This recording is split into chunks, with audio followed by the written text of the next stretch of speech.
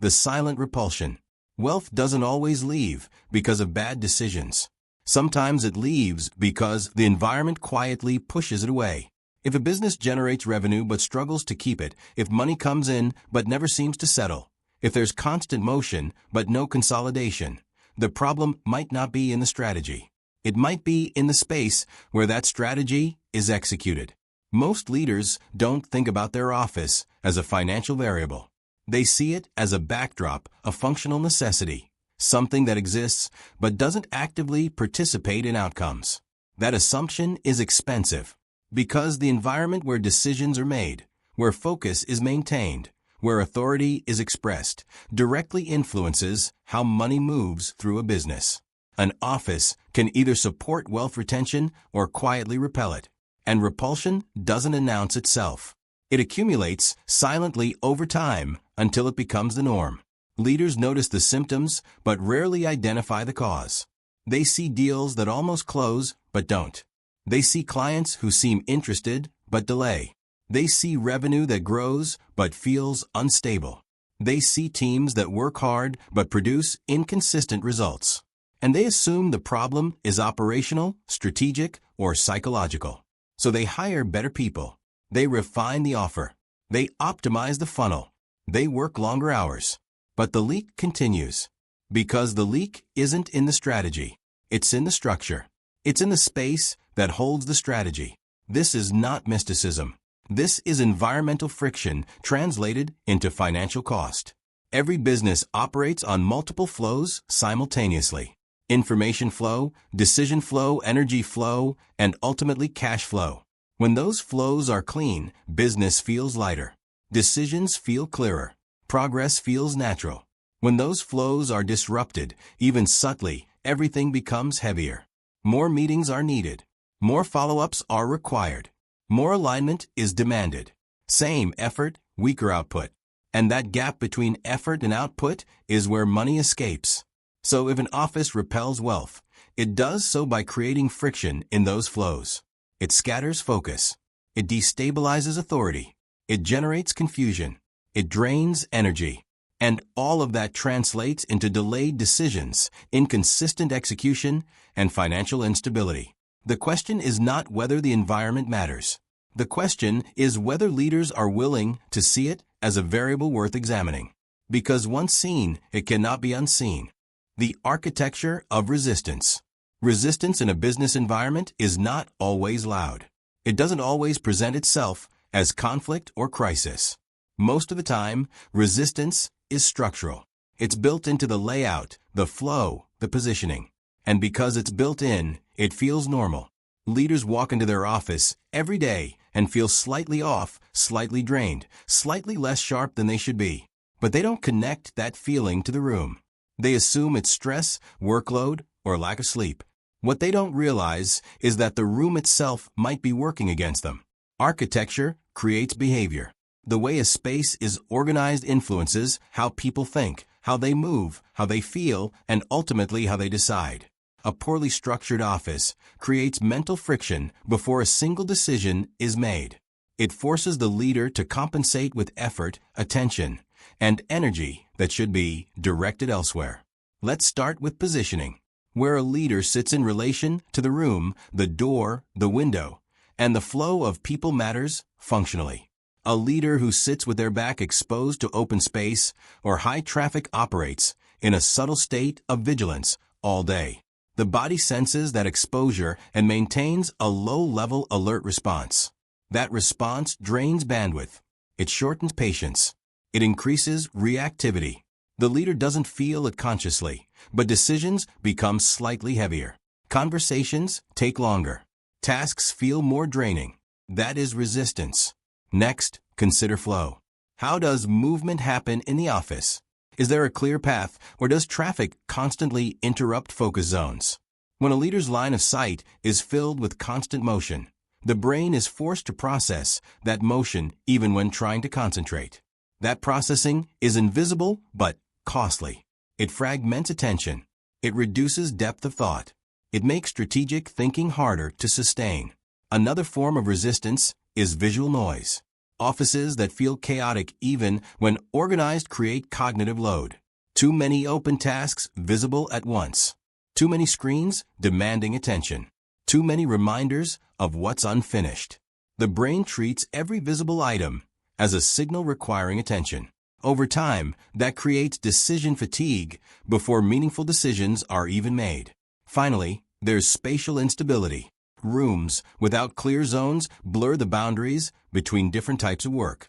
Strategy blends into admin, creative thinking blends into execution. The leader never fully shifts modes because the environment never signals the shift. That instability keeps the mind in a constant state of partial engagement, which over time reduces both clarity and authority. The energy drain patterns. Energy in a business context is not abstract. Energy is execution capacity. It's the ability to make decisions without hesitation, to maintain focus without constant recalibration, to lead without needing to compensate for environmental instability. When energy drains, execution slows. And when execution slows, money leaks. The most common energy drain pattern in offices is uncontrolled entry and exit. Offices where people, information, and tasks flow in without structure create a constant sense of interruption. The leader never fully enters deep work because the environment signals that interruption is imminent. That anticipation alone is draining. The mind stays partially defensive, partially reactive, never fully engaged in strategic thought. Another drain pattern is the absence of anchoring zones.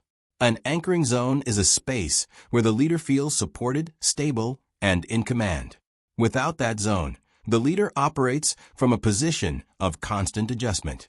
They shift posture. They move objects. They rearrange their attention. That adjustment feels like productivity, but it's actually compensation. And compensation costs energy. A third pattern is what can be called urgency without resolution. Some offices feel perpetually urgent. The lighting is harsh. The space is open and exposed. There's no place to pause, no place to think, no place to let decisions settle. Everything pushes toward immediate action. That can feel dynamic in the short term, but over time it prevents consolidation. Decisions are made quickly, but revisited constantly. Tasks are started, but rarely finished cleanly. The business feels busy, but not stable. Then there's the pattern of competing signals. Offices that try to serve too many functions at once send mixed messages to the brain. A workspace that doubles as a meeting room, a storage area, and a creative zone asks the brain to hold multiple contexts simultaneously. That creates friction every time the leader tries to shift focus. The brain has to work harder to establish which mode it's in, and that extra work compounds throughout the day. Finally, there's the drain caused by invisible clutter. Not physical clutter, though that matters too, but decision clutter. Every unresolved task, every half-finished project, every object that doesn't belong creates a micro-open loop in the leader's mind. The brain sees it, tags it, and allocates a small amount of attention to it. Multiply that by dozens of items, and the cumulative effect is significant. The leader feels mentally tired in a way that doesn't match the actual workload. That fatigue is not from working. It's from fighting the environment. Real cases of wealth repulsion. A business owner named Elena ran a consulting firm with high-ticket clients and a strong reputation. Revenue was good, but cash flow felt erratic. Some months were excellent. Others felt strained for no clear reason. The team was skilled. The service was solid. The pricing was appropriate. But something wasn't settling. When we examined her office, the issue became visible. Elena's desk faced a large window with a busy street view. Her line of sight was filled with constant motion. Cars, people, unpredictable movement. Her brain was processing that motion all day without realizing it. Behind her was an open door that led to a hallway where staff passed frequently. She was visually pulled forward and energetically exposed from behind. That combination kept her in a state of low-level alertness. She made decisions, but they felt heavier than they should. She delayed responses. She second-guessed pricing. She over-explained offers. We repositioned her desk so her back was supported by a solid wall, and her view faced a calmer, more controlled space. Within 3 weeks, Elena reported that decisions felt cleaner. Proposals went out faster. Client conversations felt more anchored. And the following 2 months, cash flow stabilized in a way it hadn't before. Another case involved a founder named Marcus, who led a small product company. Sales were increasing, but profit margins were shrinking. The more he worked, the less he seemed to keep. His office was visually impressive. Modern, minimalist, expensive furniture. But the space had no anchor point. His desk was in the center of the room, with open space on all sides. It looked striking, but functionally it left him exposed. He described feeling like he was always on stage, even when working alone. That constant sense of exposure made him reactive. He checked email too often. He interrupted his own deep work. He engaged in tasks that should have been delegated. We moved his desk to a position where he had structural support behind him and controlled sight lines in front. The change wasn't dramatic visually, but the effect was immediate. Marcus said he felt like he could finally think without bracing. His decision-making speed increased. His delegation improved. And within a month, profit margins began recovering. These cases share a pattern. The leaders were capable. The businesses were viable.